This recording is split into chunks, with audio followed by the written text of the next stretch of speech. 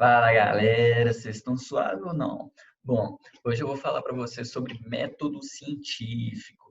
Por que que a gente usa isso, né? É, para que que a gente tem que passar por uma série de etapas, né? O que que isso tem a ver? Bom, e quem sou eu? Vou começar quem sou eu. Eu sou Érico, eu sou professor de biologia, sou formado em biologia, eu tenho mestrado em ecologia e estou fazendo um outro curso agora, né? Estou fazendo educação física. É, E tive, né, uma vida acadêmica, tenho uma vida acadêmica relativamente grande aí, e eu queria trazer alguns conceitos para vocês que vai ajudar tanto para o Enem quanto pessoas que estão na graduação, querendo fazer seu projeto, né, e não sabe muito bem de onde começar e tal. Bom, primeira coisa, é, por que que a gente precisa de método científico? E por que que a gente simplesmente não se liga ao senso comum? Ou sei lá, a uma coisa mais só ao empirismo. Bom, vamos diferenciar uma coisa da outra primeiro, né? O senso comum é aquela ideia que, pô, todo mundo acredita ali e tal, mas não tem muito, ninguém nunca comprovou, né? É o tal da manga com leite.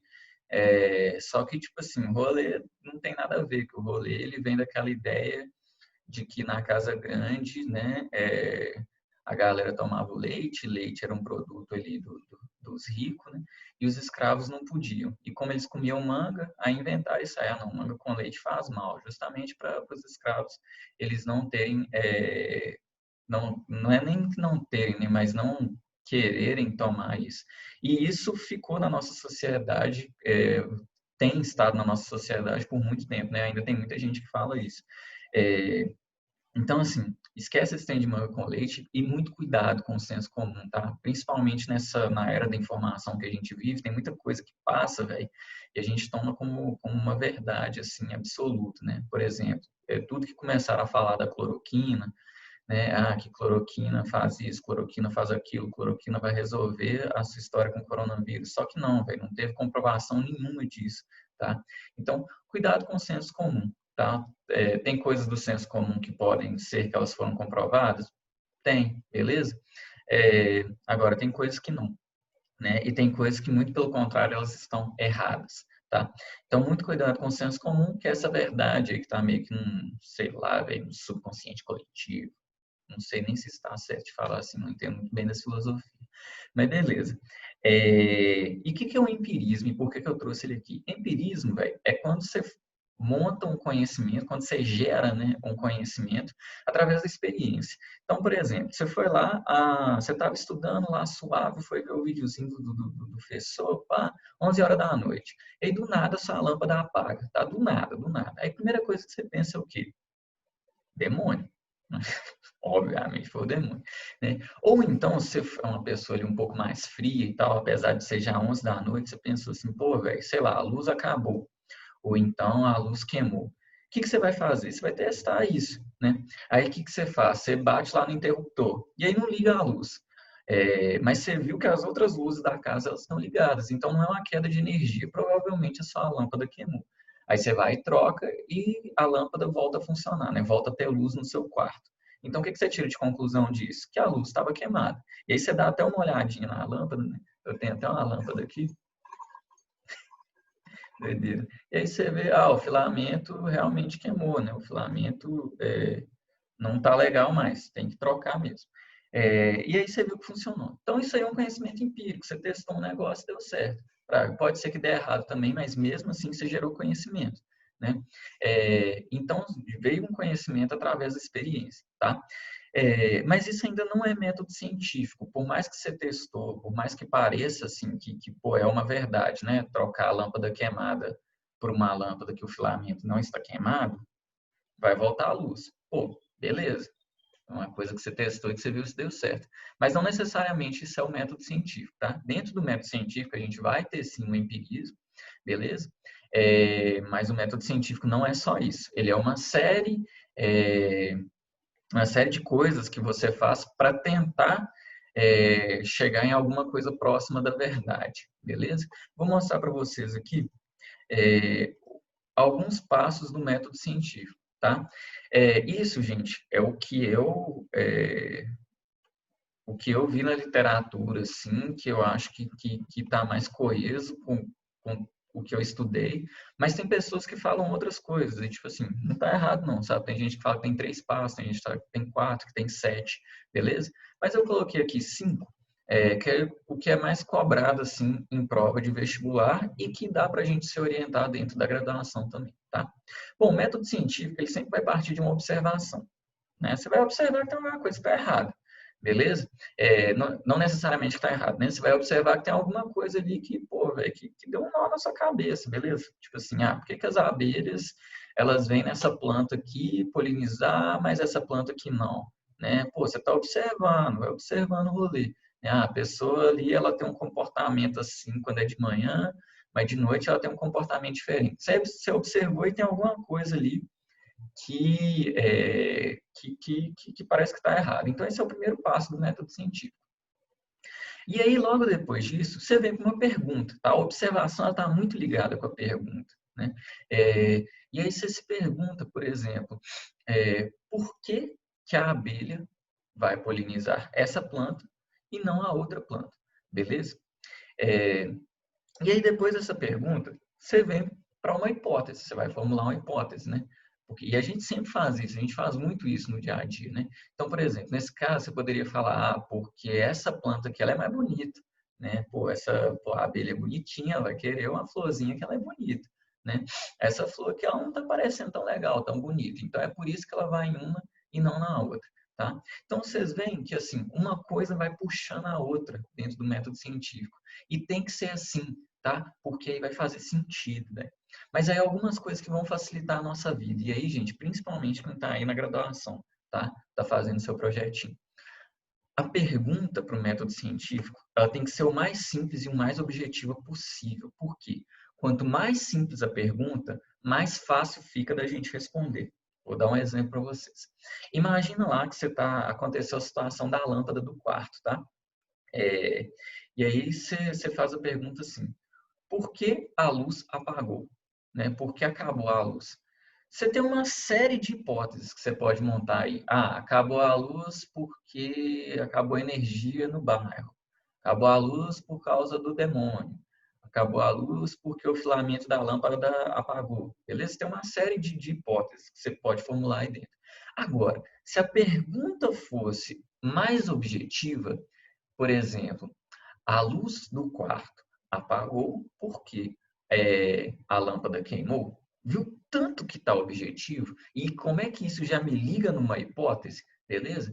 Você já vem com uma hipótese. Aí, qual que é a hipótese? A hipótese é óbvia, a hipótese é muito clara nesse caso. A hipótese é a luz, a lâmpada apagou porque o filamento da lâmpada queimou. Beleza?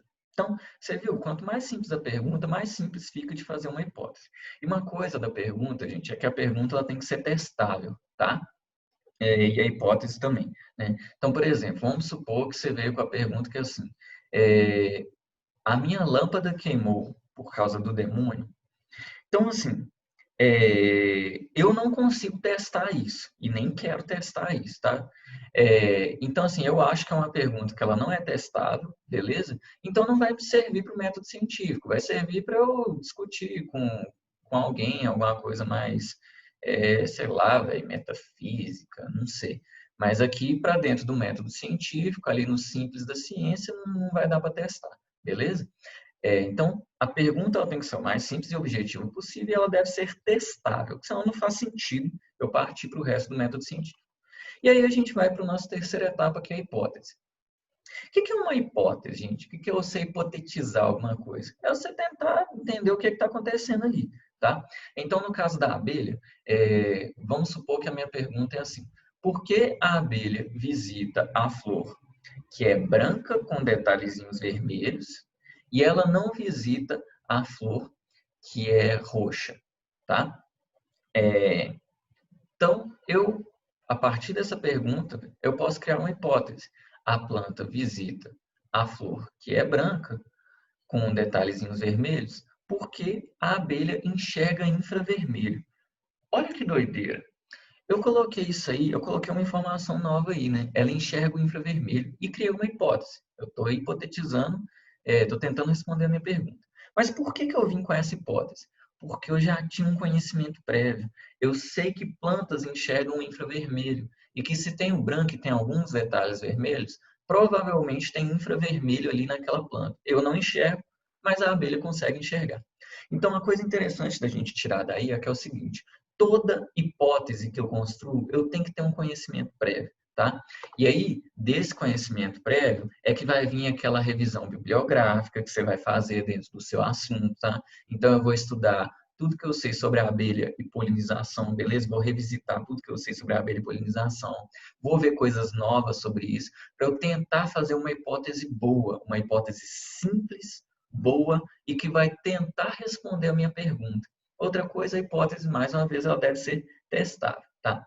E toda hipótese que você vai fazer, ela deve sim levar a uma predição, tá? A sua hipótese tem que fazer com que você consiga prever alguma coisa. Então, nesse caso que eu falei, abelhas vão na planta branca com detalhezinhos vermelhos, mais do que nas roxas, porque elas enxergam infravermelho. Então, se eu for, a minha predição é que a abelha, nesse caso para essa hipótese, a abelha ela vai ir sempre mais na folha, na flor branca com detalhezinhos vermelhos do que na flor roxa, beleza? Essa é a minha predição. As abelhas vão mais nas flores brancas com detalhe vermelho do que na roxa. Tranquilo? Beleza, então toda hipótese vai ter que levar uma predição. E aí depois que eu construí uma hipótese, eu vi que a minha hipótese dá forte, eu venho para o meu experimento, beleza? Quando que eu vou testar mesmo o que está sendo feito, que é a minha quarta etapa. Todo experimento tem que ter um grupo controle, tá? Quando a gente vai ver lá na pesquisa mesmo, a gente vê que às vezes é difícil de fazer isso, né? Porque às vezes a pergunta, por dois motivos. Ou porque a pergunta é difícil de responder mesmo, tá? Ou então porque a pergunta não está bem feita. E aí, se a pergunta não está clara, o experimento também não vai ficar claro, tá? E aí todo experimento ele vai ter que ter pelo menos um grupo controle e um grupo experimental. Sendo que, em alguns casos, a gente vai precisar mais de um controle e mais do que um grupo experimental. Tem estudos que têm vários grupos experimentais, tá? Por exemplo, imagina que você vai testar um antiviral, né? E aí, na verdade, você quer testar vários antivirais para ver qual deles diminui a infecção pelo coronavírus. Você vai ver que você vai ter que ter vários grupos experimentais. E você vai ter que ter um grupo controle, que é o quê? A pessoa que está infectada ou um tecido, né, que está infectado, umas células ali in vitro que estão infectadas com coronavírus, né, sem o antiviral, beleza? Esse seria o meu grupo controle. Então, o grupo controle é um grupo em que você não testa nada, tá? O grupo controle é o business as usual, né? É o que negócio ali tá rolando normal. Deixa rolar normal, deixa o pau quebrar normal, beleza? E o grupo experimental que você vai testar as coisas que você quer saber ali, tá? Beleza? Então, por exemplo, no caso da abelha, vamos tentar pensar. Eu posso colocar um grupo lá de plantas, de qualquer planta, sei lá, uma planta com uma flor aleatória qualquer. Posso colocar ali flor roxa e a flor branca com detalhes em vermelho, que vão ser os meus grupos experimentais, beleza? E se eu ver que a abelha visitou mais a flor branca com os detalhezinhos vermelhos, aí eu posso falar que a minha hipótese estava correta, beleza? A abelha, ela prefere mais flores brancas com detalhes vermelhos do que a flor roxa, beleza? E aí tá. Seu experimento rolou, seu experimento estava bonitinho, deu certo, chegou no seu resultado, você vai para a conclusão. O que é essa conclusão que a gente vê lá nos livros do ensino médio e tal? Nessa conclusão, a gente vai ter uma discussão, tá? Que é o quê? Não é você brigar com as outras pessoas, não, tá? É você, tipo assim, você viu o seu resultado e aí você vai comparar com os resultados que estão na literatura, tá? Então, vamos supor que a Mariazinha lá da Holanda, ela encontrou que as abelhas também visitam muito mais as flores brancas com detalhe vermelho do que outros tipos de flores. Mas vamos supor que ela testou contra a flor laranja. Beleza? Aí você fala, olha, encontrei o resultado aqui parecido, só que Prestem atenção, gente, que a discussão não pode ser a tal da discussão fofoquinha, que é a discussão que você simplesmente fala o que a pessoa fez, sabe? Tem que ter um motivo de você colocar, de você comparar o seu estudo com o outro. Então, por exemplo, vamos supor que o da Mariazinha você acha uma coisa parecida. Mas aí você fala, olha, mas ela testou diferente. O jeito que ela testou foi assim, assim, assado, foi com plantas de altitude. Então, pode ser que eu estou colocando um resultado novo, porque eu não estou testando com plantas de altitude. Então, pode ser que as abelhas têm essa preferência em vários tipos de ambiente, que às vezes não é o ambiente em si que influencia, e só a cor. Viu como é que na discussão eu já posso estar trazendo uma coisa nova? Ah, mas você está especulando. Sim, a discussão, ela acaba que ela, muitas das vezes, ela pode ser especulativa, mas ela tem uma base, né? Ela não é especulativa porque você tirou do sovaco essas ideias, beleza? Ela é especulativa porque você se baseou em outros conhecimentos, você se baseou na comparação de um estudo com o outro, tá? E às vezes você encontrou um estudo que está diferente, você encontrou, sei lá, um estudo do Zezinho que falou que, na verdade, as abelhas visitam mais flor roxa, beleza? E você fala, olha, eu encontrei diferente, mas aí você tem que explicar o porquê que provavelmente você encontrou diferente, beleza? Por mais que às vezes o seu experimento ele não mostrou isso, né? Às vezes ele não vai mostrar uma ideia que você vai pôr na discussão, mas você pode entender isso através de todo o conhecimento prévio que você teve, da revisão de literatura e do jeito que você testou comparado com como o seu coleguinha de trabalho testou. Beleza? Então dá para você discutir isso aí, tá? Por isso, gente, quando vai fazer um trabalho científico, tem que estar tudo muito claro, tá? Muito, muito claro, muito direitinho, para você saber como que a pessoa testou e você comparar como você testou. Aí sim, dá para a gente publicar, beleza? E aí, beleza, você vai publicar. Então, nesse caso, quem que vai se interessar por isso? A publicação ela tem que ter um público-alvo, né? Então, você vai mandar para quem se interessa naquilo dali. Então, por exemplo, no caso das abelhinhas, eu vou mandar para pesquisadores, para uma revista científica, né, que se interessa por isso, beleza? Se interessa por polinização, se interessa por abelha, se interessa por flores, né? E aí você manda para essa revista, e aí você vê se a revista vai aceitar, vai publicar, né? Então, a sua publicação, no final das contas, ela tem que ser direcionada para um público-alvo, tá? E aí, gente, vem uma outra importância do método científico, que é ele poder ser falseado por outras pessoas, tá? Falseado é uma palavra bonita que a gente usa, né? Ou não, né? Uma palavra não tão bonita assim, que é o seguinte: falsear é quando você testa aquilo dali e tenta falar que aquilo dali é uma mentira, beleza? Então as outras pessoas elas vão falsear aquilo dali e falar, olha, na verdade, velho, o que o Eric encontrou das abelhas não é verdade, não, né? Porque o que eu encontrei aqui é diferente. Isso é muito importante para a ciência, tá? Porque para a gente construir uma teoria forte, para a gente construir algum embasamento forte dentro da ciência, a gente precisa que aquilo ali seja testado, tá? Testado sob condições diferentes, né? Testado em lugares e às vezes até épocas diferentes, que aí a gente vai ter tecnologias diferentes, para a gente conseguir construir um conhecimento mais robusto, tá? Um conhecimento mais forte mesmo, que dá para a gente usar no dia a dia, beleza? É, e aí eu coloquei aqui um exemplinho para a gente brincar um pouco com isso, né? Para a gente ver como que isso funciona. Bom, é, vamos supor que lá na sua rua tinham 20 cachorros e cada um desses cachorros eram vira-latas, tá? E eram vira-latas que eles se pareciam e que eles tinham, cada um pertencia a um dono diferente. E aí na casa que eles estavam, eles eram muito bem cuidados e eles comiam da mesma ração, tá? Tomava água, todos eles tomavam água ali, né, da Copasa ou da empresa aí do seu estado que cuida da água, beleza? E era uma água bem tratada, tá? Só que de uns tempos para cá, você que é uma pessoa, um alunão aí esperto, você percebeu que vários desses cachorros começaram a passar mal, tá? Do nada o cachorro do Zequinha passou mal, o cachorro da Yolanda passou mal, tá? A galera foi passando mal, os cachorrinhos foi passando mal. E aí você já sabia que o hábito deles era parecido, porque se é aquele cara esperto, se é aquela pessoa esperta que vai na rua, conversa com a galera, né, dá de boa com os vizinhos, né? E aí você percebeu que o que tinha diferente é que eles começaram a tomar a água da rua e comer da grama ali da rua. Aí, ó, a observação, beleza? Você observou isso. E aí, a partir dessa observação, você se fez a pergunta: por que os cachorros estão passando mal? Mas aí você lembrou da aula, né? E aí você quer fazer uma pergunta mais objetiva, mais clara, que vai ficar fácil de você testar, tá? O que você pode fazer de pergunta, então? Pô, será que os cachorros da minha rua, eles passam mal por comer da grama ou beber da água da minha rua?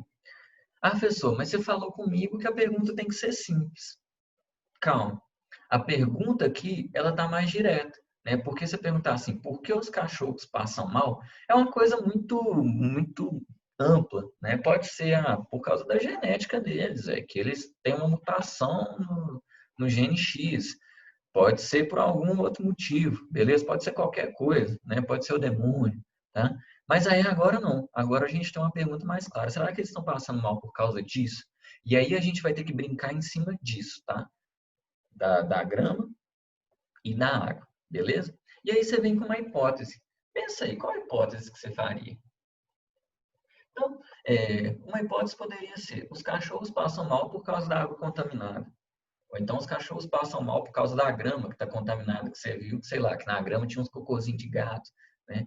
Tinha uns cocôzinhos de pombo. E a água era uma água que estava na rua, então, sei lá, devia ter 1000 sujeiras ali pro vira-latinha caramelo. Né? Que por mais que ele o vira-lata é caramelo, pô, ele é resistente, mas mesmo assim, né, velho? Você ficar comendo grama com bosta e água suja, ele vai passar mal, né? E aí você pode falar, os cachorros passam mal por causa da grama e da água. Então, olha só, eu tive uma situação e eu cheguei a 3 hipóteses diferentes, tá? E aí a gente vai testar essas hipóteses. Tem problema eu ter esse tanto de hipóteses? Não, não tem problema, tá? Mas saiba que o seu experimento vai ter que responder a essas hipóteses, beleza? Então, vamos lá para o experimento. Como que seria? Pensa aí, como que você faria o experimento? Pô, eu tenho 20 cachorros, será que eu vou fazer eles comer grama? Vou fazer eles tomar água? Vou fazer eles não terem nada? Beleza? Vamos pensar aí. Tá. Então, o experimento que eu pensei, ele vai ficar assim. Ó. Deixa eu só trocar aqui que eu escrevi uma coisa errada. O experimento ele vai ficar assim. Ele vai ter um grupo controle e ele não vai comer grama e nem beber água. Porque você lembra que o grupo controle é aquele que eu não estou testando nada, que eu estou deixando as coisas normais? Então, o grupo controle é esse, não come grama e nem bebe água, beleza? E aí eu tenho um grupo experimental, que eu vou chamar de grupo experimental 1, que ele só come grama, um que ele só bebe água, e um outro grupo ainda que ele come grama e bebe água, beleza? Tá. Professor, por que você colocou esse terceiro?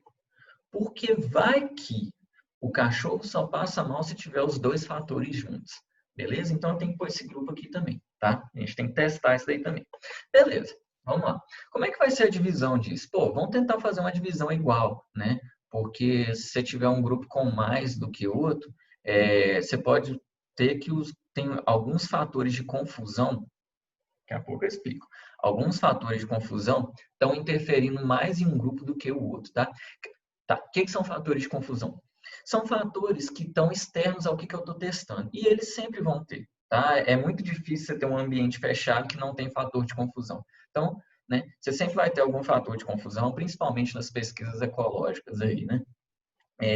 Só que é o seguinte, como eu estou mexendo com cachorros que são muito parecidos, cachorros que comem a mesma coisa, que bebem das mesmas coisas, que estão num ambiente igual, eles vão ter fatores externos, fatores de confusão que eu não estou testando? Vão, tá? Mas esses fatores vão ser iguais para todos os meus grupos. Então, eu garanto que eles estão sofrendo pressões iguais, tá? E aí, a única coisa que vai ser diferente é o que eu estou testando mesmo, beleza? Então, vamos lá. Como eu tenho 20 cachorros, para cada grupo, né, eu vou ter 5 cachorros, 5 participantes em cada grupo. Né? São 4 grupos, 20 dividido por 4 dá 5, beleza. Fiz igual. E aí, o que eu fiz? Eu chamei vocês, né? Chamei uma galerinha boa para ficar lá de olho nos cachorros, tá? Para ficar de olho nos cachorros e nos donos. E é o seguinte, o grupo 1 a gente marcou, beleza? A gente deixou eles com um pingentinho na coleira, tá? Para falar que era o grupo controle. E esse grupo controle você deixa livre, beleza? Desculpa, deixa livre não. É o grupo que você não vai deixar fazer nada, tá? Então você fica de olho. Não pode beber água da rua e nem comer da grama, tá? O grupo 2, você vai deixar ele comer a grama. Se o cachorrinho quiser comer a grama lá, perfeito, deixa ele, tá? Agora, você não deixa ele beber água. O grupo 3, ele só bebe água, então ele pode beber da água da rua. Agora, não deixa ele comer a grama. E o grupo 4, deixa ele suave. Pode comer a grama e tomar da água tranquilamente, tá? E aí a gente deixou testando por uma semana, tá? Então, uma semana vai ser a nossa primeira amostra. Então, deixamos eles lá por uma semana. E aí, no final da semana, a gente viu que 3 cachorros do grupo controle passaram mal, 4 do que... Ah, eu tenho que mudar isso daqui, que eu mudei os grupos, né? 4 do grupo que só come grama passou mal, 4 do que bebe água passou mal e 3 do que come grama e bebe água passou mal. Beleza. E aí, você viu que no grupo que passava na segunda semana, porque você não ia fazer uma amostra só, você foi fazer mais, porque vai que, sei lá, tem alguma coisa diferente, né? E olha só, do grupo controle para os outros grupos tem pouca diferença. Então, vão testar mais, vão testar mais, para ver se a gente encontra alguma coisa diferente. E aí, na segunda semana, você já encontrou que no grupo que não come grama e nem bebe água, que é o nosso grupo controle, só um cachorro passou mal, tá? Já tem uma diferença massa, então, né? Da primeira semana que tinha 3, a segunda semana só tem 1. E aí a gente viu que só come grama 3 passaram mal, que só bebe água 5 passaram mal. E que come grama e bebe água 4 passaram mal, tá? Então aí a gente já tem um indicativo de alguma coisa que está acontecendo. Mas a gente precisa, para fazer as estatísticas, né, fazer os testes e tal, para ver se está certo, a gente precisa de uma média, beleza? Vamos fazer uma média entre as amostras para ver se no final das contas realmente um grupo passou mais mal do que o outro, tá? Então, para fazer uma média, a gente sabe que a gente precisa de pelo menos 3, beleza? A gente vai precisar de pelo menos 3 números, senão a média vai ser simplesmente metade de um grupo e outro. Então, a gente faz de novo. Fizemos aqui uma terceira amostra, que é a terceira semana, e a gente viu que o grupo controle não deu nada, beleza? O grupo controle ficou de boaça aqui, né? Deu 0 doentes. O grupo que come grama ficou em 3, permaneceu constante. O grupo que toma água ficou em 5. E o grupo que come grama e bebe água aumentou, foi para 5, beleza? E aí, para desencargo de consciência, você vai fazer mais uma amostra, beleza? Você está com tempo, você está suave, beleza? Você conhece a galera está de boa, eles estão querendo saber o que isso está acontecendo, porque eles gostam muito dos cachorrinhos deles. Você vai para mais um. Foi para mais uma semana de amostra e você confirmou aqui, ó, continuou nenhum doente após a 4ª semana no grupo controle. No grupo experimental 1, que só come grama, diminuiu, velho. Foi para 1 só que passa mal. E do que bebe água e que come grama e bebe água, 5 passaram mal. Aí a gente já tem um indicativo do que está acontecendo, beleza?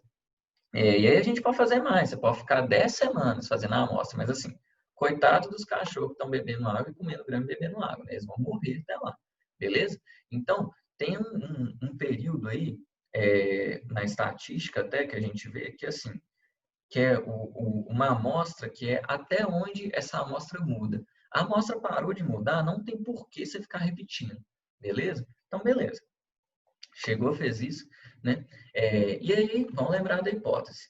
As minhas hipóteses eram: cachorro passa mal por causa da água contaminada, cachorro passa mal por causa da grama contaminada, ou cachorro passa mal por causa da grama e da água contaminada, tá? Então, a partir desses resultados, como só o grupo que bebe água e o grupo que come grama e bebe água que está tendo um grande número de doentes, né? Se a gente fizesse mais uma semana aqui, provavelmente o que só come grama não ia mais passar mal. O que acontece? A gente vê que o fator mesmo que tá gerando isso aí é os cachorros tomarem da água, beleza? Então, a minha conclusão em relação a esse experimento é isso, tá? A água está contaminada. Ou, melhor ainda, né, para relacionar a nossa conclusão com o que a gente encontrou, o que a gente tinha de hipótese, a gente pode falar: cachorros que tomaram, né, que a gente testou, que tomaram da água da rua, passaram mal, né? E aí a gente pode chegar até na discussão, a gente pode até falar assim, por exemplo, então, provavelmente a água está contaminada. Beleza? E aí a gente vai para a conclusão, tá? E o que a gente tem de conclusão nesse caso? A conclusão nesse caso é que a água está contaminada e como que a gente ia publicar isso? A gente ia publicar para quem? A gente ia publicar lá para o pessoal da rua, obviamente. A gente pode publicar para as outras ruas, porque vai que é um problema no esgoto ali local, né? E aí tomar cuidado com os cachorrinhos que estão ali. E a gente pode publicar para quem mais? Para a prefeitura, beleza? Para a prefeitura tomar alguma ação em relação a isso, né? E para a agência sanitária ou quem toma conta das águas da cidade, beleza? Que são as pessoas que têm que saber que tem um problema ali para resolver, beleza? Ó, agora o problema é seu, resolve aí. Então, eles que vão ver se a água está contaminada mesmo e tal, para eles tentarem resolver esse problema. Professor, eu posso publicar para quem gosta de cachorro, tal, para alguma revista veterinária, alguma coisa assim? Pode, beleza? Se você acha que é relevante para essas pessoas, claro que pode, tá? Então, o negócio é esse, focar no seu público-alvo, né? Posso publicar no Instagram? Claro, né? Massa demais, publica. Mostra para a galera que você está fazendo ciência, beleza? E é uma coisa importante para nós cientistas. A gente tem que encontrar um jeito de falar com as pessoas que não estão dentro da ciência, ou até pessoas que estão dentro da ciência, né? Mas que são de áreas diferentes, beleza? Então, publica no meio comum mesmo, sabe? Mas faz de um jeito legal, né? Faz de um jeito bacana. Né? Você não vai ficar colocando umas estatísticas chatas lá, né? Faz de um jeito massa. Bom, e aí uma última coisa para terminar essa nossa aulinha de método científico, é que eu queria falar com vocês o que é teoria e o que é lei científica, tá? Que a gente tem um entendimento que a lei é um trem superior, né, velho? A lei é um trem que já está comprovado e a teoria não. Só que não é assim, tá? É bem diferente, inclusive. Teoria, gente, é um arcabouço de hipóteses que já foram muito testadas, tá? E ainda não caíram por terra, beleza? Pode cair por terra? Pode cair por terra, como aconteceu com por exemplo, as teorias lá de Lamarck, né? Teorias da evolução de Lamarck, que caíram por terra, né? Ele falava lá da teoria na verdade o dele já era lei, né? Que era a lei do caráter adquirido, né? Que aí caiu por terra. Por quê? Porque as premissas, as hipóteses que ele tinha para aquilo dali estavam erradas, beleza? Foram testadas e viram que estava errado. Mas foi importante? É sempre importante construir teoria na ciência, tá? Por mais que a gente vê e testa e vê que está errado. Mas você testou alguma coisa, beleza? Você partiu, você construiu um quebra-cabeça. E quanto mais peças você põe no quebra-cabeça, mais ele vai ficando completo e melhor ele vai ficando, tá? Então, a teoria são várias hipóteses que foram testadas e ainda não foram falseadas, ainda não caíram por terra, ninguém chegou lá e falou que, pô, tá errado isso daqui, beleza? Então, é uma teoria. Por exemplo, a evolução, muita gente fala que ela é uma teoria, e justamente por quê? Porque ela tem uma série de hipóteses que sustentam ela, por exemplo, da seleção natural, né? Já viu como é que funciona a seleção natural, já é amplamente testado, né? E viram que realmente faz sentido a seleção natural. E aí, constrói aí toda uma base para essa teoria. Agora, lei, gente, lei é diferente por quê? Não é que lei é mais fodona do que a teoria, não, beleza? Não é isso não, velho. Lei é como que uma coisa funciona, tá? Por exemplo, a primeira lei de Newton. O que é a primeira lei de Newton? A primeira lei de Newton fala lá que um objeto que está em repouso tende a permanecer em repouso e o que está em movimento tende a permanecer em movimento retilíneo uniforme, beleza? Então, a primeira lei de Newton, ela está falando como que uma coisa funciona. Agora, por que o objeto fica parado quando ele está parado? Por que ele continua parado, né, quando ele está parado? Sei lá, a lei não explica isso. A lei ela só fala como uma coisa funciona, beleza? Então, a evolução, por exemplo, ela já está indo mais para a lei. Ela já está mais para a lei porque a evolução ela fala como um mecanismo, como que os organismos eles vão se adaptando no tempo, beleza? Como que os organismos vão mudando no tempo, tá? E aí tem a lei, gente, ela tem uma série de teorias para embasar uma lei. Não dá para você tirar uma lei do sovaco, tá? Você falar, a manga é amarela porque a manga, sei lá, por exemplo, a manga sempre vai ser amarela, né? Isso daí vai ser uma lei, é como que a coisa funciona. Agora, você tem que ter uma teoria para embasar aquilo dali. beleza? Ela é amarela por quê? Porque tem pigmentação, porque tem tudo ali por trás. Então, toda lei tem que ter uma ou várias teorias que vão sustentar aquela lei, tá? Mas lembra disso, teoria é um arcabouço de hipóteses que não foram falseadas ainda, não caíram por terra ainda, e a lei é como que uma coisa funciona, tá? Então, se alguém falar assim, ah, não, mas evolução é só teoria, né? Lei não. Fala para a pessoa, velho, isso uma coisa tem nada a ver com a outra. Lei é como que uma coisa funciona. Teoria é você explicar aquilo dali, beleza? Então, por exemplo, na lei de Newton vai ter uma série de teorias que vão explicar por que um objeto está em repouso, ele continua em repouso. Eu não sou da física, não vou saber explicar para vocês, beleza? Mas tem, tá? Então é isso, gente. Qualquer dúvida que vocês tiverem, vai lá, né? Pode mandar um e-mail para mim, ou então vai lá, ó, no meu arroba, né? Eric.prof, beleza? Pergunta, velho. Pergunta lá para mim, ah, pessoa, eu achei que tá errado esse trem que você explicou. Massa, vamos discutir, vamos ter uma discussão cabeça, né? Uma discussão bem feita das coisas, em vez de ficar só brigando, que a internet hoje em dia tá só isso, né? Vamos lá, vamos discutir direitinho, vão entender direito, né? Qualquer dúvida que vocês tiverem em ciência, pode chegar, pode perguntar, beleza? Tranquilão, gente. Bons estudos para vocês. Revejam, passem para os seus amigos, dá um like, dá um joinha, segue aí o canal, tá? Beijo grande para vocês e se cuidem. E cuidem dos seus, tá? Tchau, tchau.